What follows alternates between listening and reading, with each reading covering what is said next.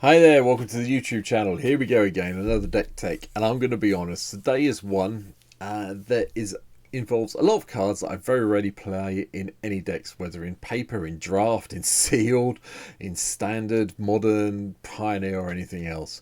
And to be honest, I missed this commander entirely. It wasn't until I was just searching around for commanders I hadn't covered yet that I found this one. And I did actually have one in my collection, which I'd picked up, and obviously I did think about this a while back, but I never got around to it. And as you all know, it's Katsumasa, the Animator. 2 and double blue for a 3/3 legendary creature, Moonfolk Artificer. Has flying, and it has an interesting ability. Blue and 2, until the end of turn, target non-creature artifact you control becomes an artifact creature, then gains flying. If it's not a vehicle, it has base power and toughness 1/1 until the end of turn. Right. And then at the beginning of your upkeep, put a +1/+1 counter on each of up to 3 target non-creature artifacts. So, I thought about this for quite a while. And I'll be honest, I did think about doing the clue thing, the treasure thing, and the food thing, and then it was really very obvious in front of me that it really did need to be vehicle based, because vehicles are non-creature artifacts until you crew them, and if I can pay 3 mana to turn my vehicles into creatures that then can attack for whatever their power and toughness is, with possibility of an extra +1/+1 to counter on them. Yeah, okay, then we'll do it that way. We'll go down vehicle tribals. So here we go. As usual, start with the mana base. Yeah, island. Lots of islands. Path of Ancestry, Reliquary Tower, Remote Island. Rivendell makes an appearance just so we can do the scrying when we have Katsumasa in play. Temple of False Gold, Surgical Bay. Loads of islands. And yeah. Besiege you, just to make sure we can cast some of our instants and sorceries. We do need to make sure that we have to go through. Castle of Interest for Remorse Scrying. Desert of the Minefield just for card draw cycling if need be. Fabled Passage just to go and find an island. Hallamale Depths just to manipulate the top of our library when it comes into play. And Eventasphere to gain a little bit of life every turn. Ramp wise, we have quite a lot. Tantalite, Talisman, and Soul Ring, and then Arcane Signet and Mindstone, Sapphire Medallion when a class is ramp, Sky Diamond, and Thought Vessel. Yeah, we need to make sure we're hitting the 3 mana, so we've got the 3 mana when we get the other stuff in play. A lot of the deck, as you can see, is brown, if you want to go down that road.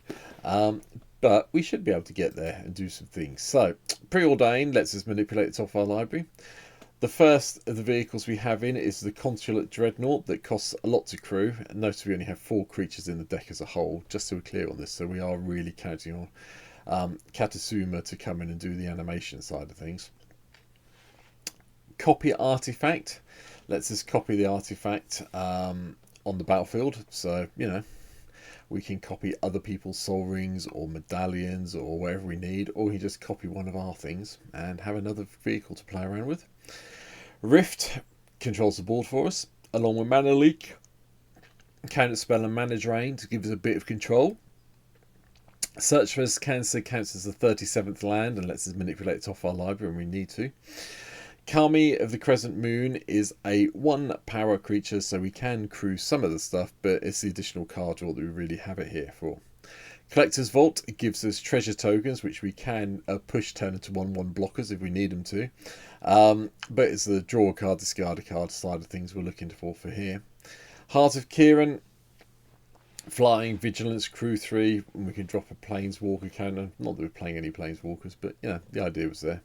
High speed hoverbike, a nice easy one to crew, and also gives us a little bit of, we need to tap that down so we don't die. We can crew it with Kami, so you know, start the crew chain if you need to.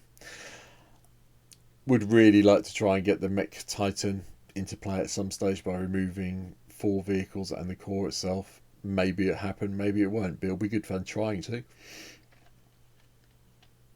And Smuggler's Copter, the vehicle that I think broke standard for a while until it was banned. Whenever it attacks or blocks, draw a card. If you do, discard a card. Yeah, okay then. Metallic Rebuke, more countering if we need it. Midnight Clock for a little bit more ramp and a shuffle if we need to. Well, hopefully we'll get there to do it. So yeah, Mind Link Mech becomes crewed for the first time each turn. Until the end of turn, Mind Link Mech becomes a copy of target non-legendary creature that crewed at this turn, except as a 4/3. It's a vehicle. La di da da. We're not going to be doing that. It's because it's going to be this mainly. Bear in mind. Heuristic Study, more card draw for us. Psi Master Thopterist, because we are casting so many artifacts, it's worth having this in here to give us the Thopter tokens that a push can crew our vehicles for us. Cancel for control, Mirror Maid to copy anything on the battlefield that's an artifact or enchantment that we may need. Ethersphere Harvester, crew 1, 3/5. We can spend the energy to gain some life if we need to. Battlesuit is got Vigilance and crew 1. I'm quite happy to pay a little bit of mana to have this become a 4/3 in the air that flies. Cultivator's Caravan gives us more mana that we can use to make things that we can use to turn our artifacts into our artifact vehicles into creatures. Oh, you know what I mean. I'm getting tongue-tied now. But anyway, and then worse than a push, we can crew it for 3 for a 5/5. Dragster. Put a velocity counter on it, and if it has 2 or more velocity counters on it, so sacrifice it, draw a couple of cards. Happy with that. That's fine. Sleek Schooner comes in as well, just a 4/3 that we can tap and make a good creature. Teferi's Ageless Insight, we have a lot of card draw coming, so might as well draw some extra cards. Cryptic Command, counter, tap, draw, bounce, whatever you want to do with it. Pomat Bazir Bard, draws a card when it enters the battlefield. That's quite nice. 4 mana and then 3 more to turn it into a 4/4 flyer. That I can cope with. A 5/5 flyer, sorry. Fleet Wheel Cruiser, trample, haste, enters the battlefield, becomes an artifact creature until the end of turn. That's nice, just gives you it without doing it. So 4 mana for a 5/3 with trample and haste for the 1 turn only. Nice. The Golden Argosia attacks, exile each creature that crewed at this turn and return them to the battlefield tapped under their owner's control at the beginning of the next end step. We're not going to be exiling or crewing it, so fine. Nautiloid Skyship, exile target player's graveyard. Deals combat damage to a player. You may put a creature card exiled with a ship onto the battlefield under your control. Nice little way of reanimating stuff. Overall Dragster, trample, haste. Yep, traditional 6/1 ball lightning. There you go. Rift Skip. Just another way of getting toxic and gets a bit of card draw on the go. Thundering Chariot, first strike, trample and haste. Again, if we can do this, we can get it going. Untethered Express, whenever it attacks, put a +1/+1 counter on it. Gets big quickly, that's for certain. And the Weatherlight had to, if you're going to play a vehicle deck, you have to have the Weatherlight in at some stage, don't you? When Meldweber Strider ends with an oil counter, you can remove the oil counter, it becomes an artifact creature until the end of turn. That's nice. Jinga Taxus lets us just draw cards and eventually flips over into the Great Synthesis, which I'm not going to go through because it's too complicated. But we do want to be making sure that we've got Katsumasa coming into play if we have flipped it after after the second chapter's gone off. Bear that in mind. Tezzeret is also here to untap some of our artifacts or search things out we may need. More vehicles. This one has Menace. This one attacks, it pings something. This one attacks, it has Vigilance. This one attacks, it gets a couple of mouse tokens. Well, no, comes into play, it gets mouse tokens, so, gives you a bit of crewing. And Sovereign Console Flagship attacks 3 damage to target creature or planeswalker an opponent controls. Shark Typhoon gives us a whole load of sharks that we can use to crew our vehicles with, which just sounds like some terrible B movie. Flood of Tears to bounce everything, control the board a bit. Demolition Stomper can't be blocked by creatures with power 2 or less at a 10/7, so that's quite nice in the air. And the other Jinga Taxus is also here to make sure we can get copies of our artifacts as we play them. Thundersteel Colossus, if we can turn it to a creature, it has haste.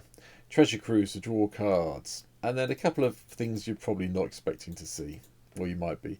One with the Multiverse and Omniscience make an appearance in this deck. It's been a long time since I've played both in a blue deck, and I want to try out. Because some of these do get expensive. We do want to be saving our mana to turn them into artifact creatures instead of having them as just the vehicles.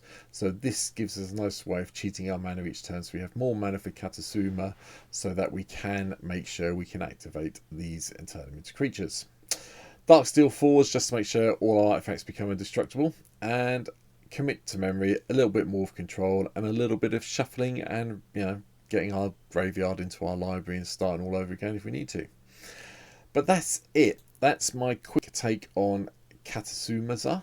I'm trying to keep the videos a little bit shorter this week. Yesterday's one went a bit long. I'm not sure. Vehicle tribal, maybe. Forgot about this card. Have I built it the right way? I'm not sure.